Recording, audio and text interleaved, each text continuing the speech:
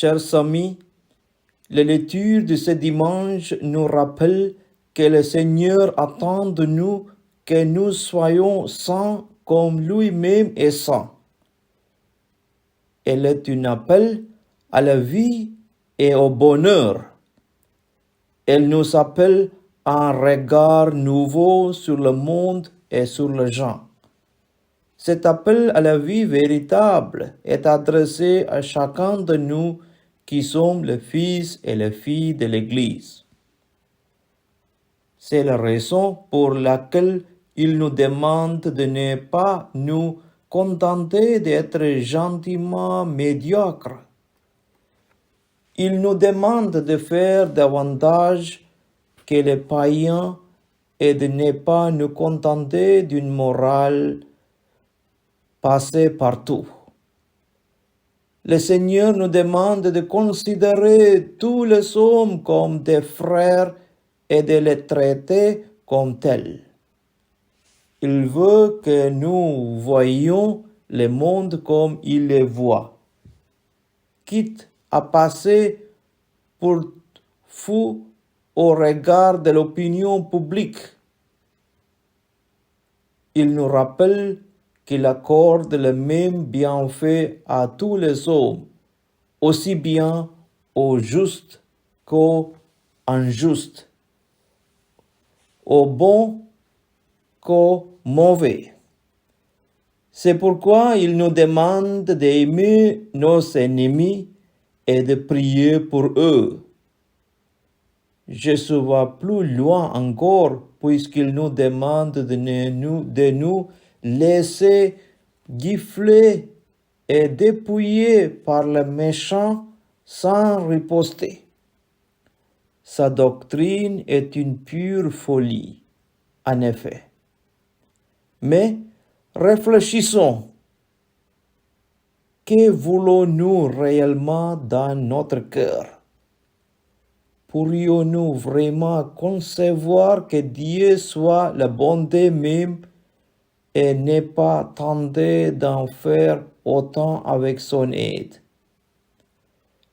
Serait-il normal de proclamer que Dieu est amour avec l'apôtre Saint Jean et de continuer nous-mêmes à vivre dans les violences injustes de nos sentiments contradictoires?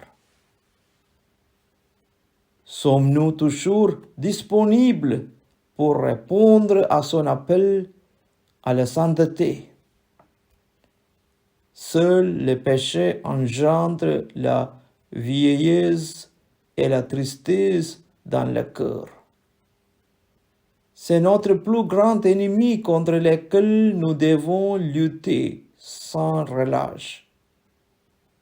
C'est pourquoi le Lévitique nous demande de ne pas hésiter à réprimander le péché afin de ne pas partager son péché, car la bonté de Dieu n'a jamais pâtissé avec le mal. Comme tous les hommes, le Seigneur nous appelle à la conversion et à revêtir la robe des invités au banquet de noces de l'agneau.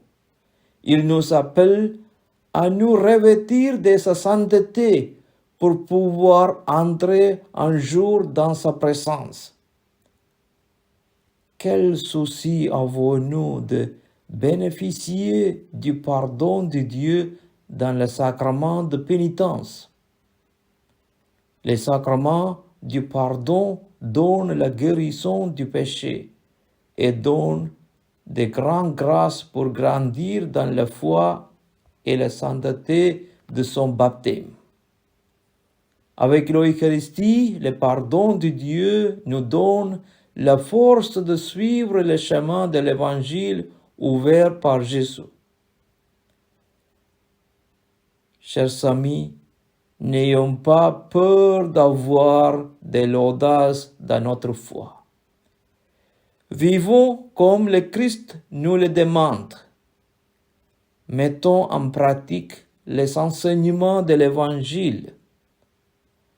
Soyons dans le monde des signes vivants de l'amour de Dieu et du royaume des cieux qui viennent. C'est le vrai bonheur. Gloire au Père, et au Fils et au Saint-Esprit, comme il était au commencement, maintenant et toujours, pour les siècles des siècles. Amen.